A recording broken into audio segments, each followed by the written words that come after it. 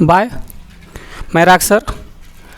आज मैं उपस्थित हुआ हूँ आप लोग को पढ़ाने के लिए इतिहास की दिल्ली सल्तनत के प्रमुख शासक 3 थे, जिसमें खिजली वंश, तुगलक वंश और गुलाम वंश। सबसे ज़्यादा शासन करने वाला राजा गुलाम वंश आता है। गुलाम वंश के शासकों में 11 शासक थे, तुगलक में 9 थे और खिजली 5 शासक थे। तो छोटा था, जिसकी वजह से मैंने पहले इसी विकल्प को उठाया। और अगर मान लीजिए आपको याद नहीं आ रहा है तो याद करने के लिए देखिए आपको क्या करना होगा। मैंने यहाँ पर एक गीत लिखा है, इस गीत के माध्यम से आप याद कर सकते हैं। खैलू तिरंगा गोरिया हो फारी के जा झारी के। मैंने इसको गा के बताऊंगा। खैलू तिरंगा गोरिया हो फारी के जा झारी के, बाकी आई तवार के जा झारी के, बाकी आई तवार के जा झारी के। देखिए अब ख से होता है खिजली, ठीक है ना। त से होता है तिरंगा, यहाँ लिखा गया है तुगलक। ग से होता है गुलाम वंश, ठीक। अब इस तीनों शासकों में अगर आप इतना याद रखें, पहले 3 दिल्ली के प्रमुख सल्तनत के 3 वारिस, जिसमें 3 माना जाता है, खिजली वंश, तुगलक वंश और गुलाम वंश। तो इनको याद करने के लिए इस गीत को आप याद रखें। इस गीत के माध्यम से आप याद कर सकते हैं। और यहाँ पर 5 शासक थे। उसके बाद अब यहाँ से देखिए, जलालुद्दीन फिरोज। खिजली वंश का पहला शासक का नाम था जलालुद्दीन फिरोज, जिसने सन 1290 से लेकर के 1296 तक वह राज्य शासन किया दिल्ली पर। उसके बाद इसके बाद लड़ाई हुई और इस राजा का अंत हुआ। और अंत के दौरान ये मतलब इनकी खत्म हुई शासन व्यवस्था। उसके बाद दूसरे पावदान का राजा आता है, जिसका नाम है अलाउद्दीन खिजली मतलब 1296 से लेकर के 1316 ईस्वी तक इसने शासन किया, शासन व्यवस्था कायम रखा। और उसके बाद फिर सिहाबुद्दीन नाम का जो सिहाबुद्दीन उमर सन 1300 से लेकर के 1600 में इसने अपना राज का सत्ता स्थापित किया। और यह मात्र 35 दिन तक ही शासन व्यवस्था चला पाए। सबसे कमज़ोर राजा खिजली वंश का यही था, सिहाबुद्दीन उमर करके, जो सबसे कमज़ोर, सबसे बुज़दिल, क्योंकि इसकी राज सत्ता ओनली फॉर 35 दिन का ही था। सबसे कम शासन करने वाला राजा अगर पूछा जाएगा तो आप बताएंगे कि सिहाबुद्दीन उमर करके था, जिसमें 1316 से चालू किया और 1316 में ही इसकी राज सत्ता खत्म भी हो चुका। उसके बाद कुतुबुद्दीन ऐबक मुबारक शाह 1316 से लेकर के 1320 तक के शासन किया। उसके बाद नसरुद्दीन खिजली सन 1320 से लेकर के लास्ट शासक, इनका खिजली वंश का लास्ट शासक जो था तो नसरुद्दीन खिजली नाम का था, जिसमें यहाँ पर लास्ट इसकी शासन व्यवस्था खत्म हो जाती है और इसकी राजसत्ता को समाप्त कर दिया जाता है।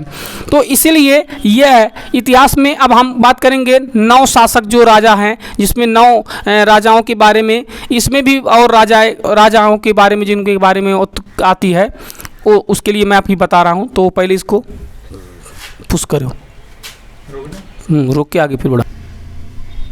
देखिए जब खिजली वंश समाप्त हुआ तो खिजली वंश का अंत यानी 1300 में हुआ। और 1300 के बाद 1300 यहाँ से देखिए स्टॉप इस पे पहला नंबर पे 1320 से यानी खिजली वंश खत्म हो गया, तुगलक वंश की उत्पत्ति होती है। तुगलक वंश ने 1320 से लेकर के 1335 तक पहला शासन राजा शासन किया, जिसका नाम था गियासुद्दीन तुगलक।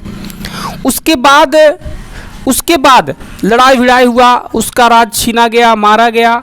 और उसके बाद मोहम्मद बिन तुगलक करके जो 1325 से लेकर के 1351 तक शासन व्यवस्था किया। उसके बाद फिरोज शाह 1351 से लेकर 1388 तक इसने शासन व्यवस्था किया। उसके बाद फिर गियासुद्दीन तुगलक करके जो 1388 से लेकर 1389 तक, उसके बाद अबू बकर शाह 1389 से लेकर 1390 तक अपना शासन व्यवस्था किया। उसके बाद नसरुद्दीन तुगलक 1390 से लेकर 1394 तक अपना शासन व्यवस्था कंप्लीट किया। उसके बाद आता है अलाउद्दीन शाह 1394, यही सबसे कम, मतलब जिस तरह से खिजली वंश में भी एक कम राजा कम शासन व्यवस्था करने वाला, ढील और कमज़ोर शासन व्यवस्था करने वाला राजा था, उसी तरह से अलाउद्दीन भी उसने 1394 में ही शासन किया और 1394 में ही अपने बिना मार झगड़ा किए शासन को छोड़ दिया, हटा भी दिया, क्योंकि उसके पास कोई दिक्कत नहीं थी, वो स्वतंत्र राजा था, स्वतंत्र होकर के अपनी राजगद्दी को छोड़ दिया, कोई दिक्कत राजगद्दी से उसका मतलब लेन देन नहीं होता था।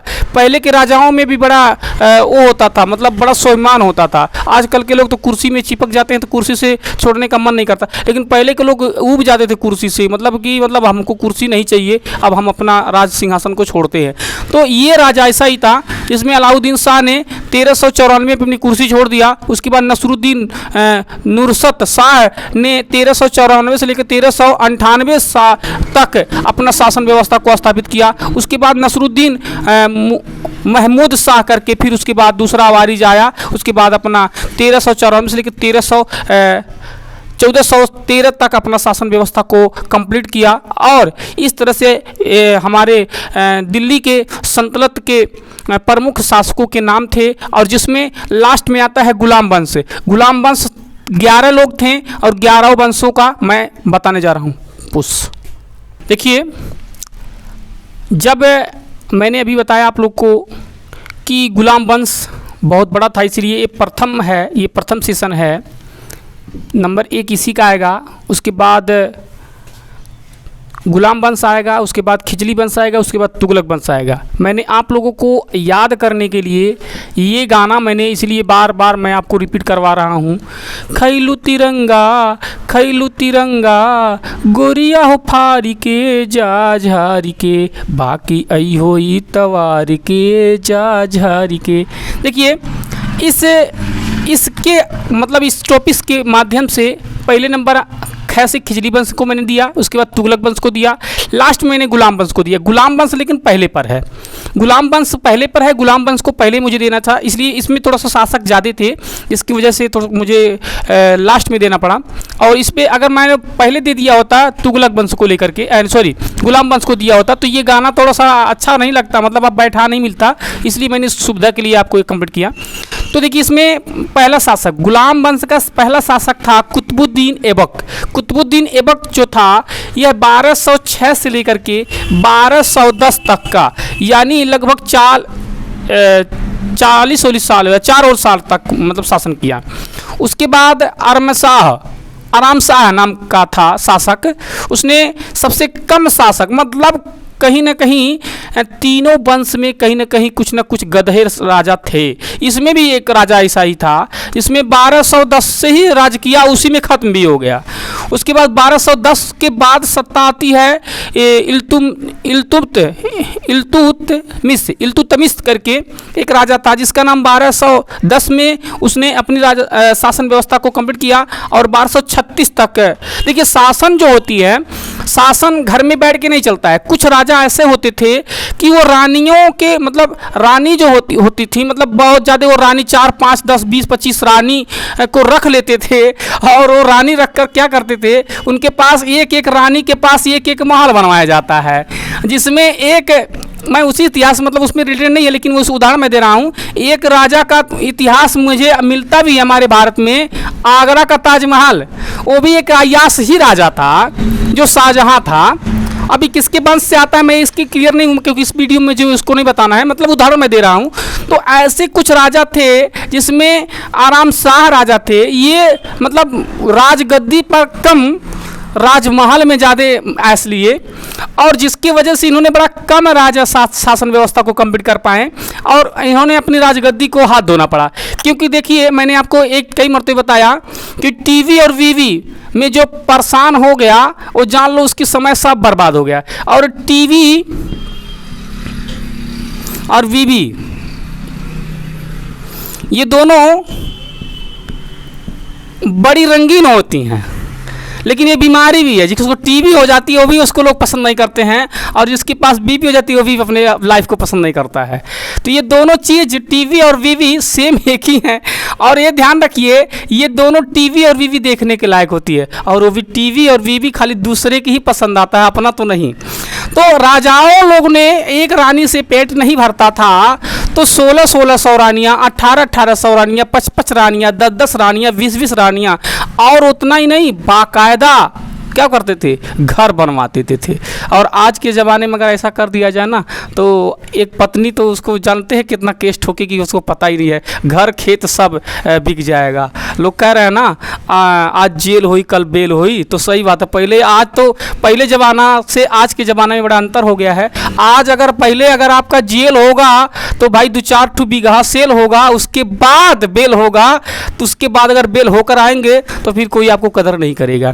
तो पहले के राजा क्या होते थे, पहले राजा सत्ता क्या करती, पहले राज जो चलता था तलवार पे चलता था, ध्यान रखिएगा, राज्य मिलता था तलवार पर। आज का राजा क्या हो गया, आज जो शासन सत्ता चलता है कलम पर, ध्यान रखिएगा। आज का राजा किस पे राज करता है, आज कलम का राजा है और कल तलवार का राजा था। पहले के इतिहास में जो हमारी इतिहास पढ़ाई जाती है, हमको इतिहास के बारे में जानकारियाँ मिलती हैं, वो सारी की सारी राजगद्दियाँ, सारी की सारी शासन व्यवस्थाएं तलवार पर चमकती थीं, और तलवार के ही बल पर सुंदर सुंदर अप्सराएं भी मिल जाती थीं, बेगम भी मिल जाती थीं। और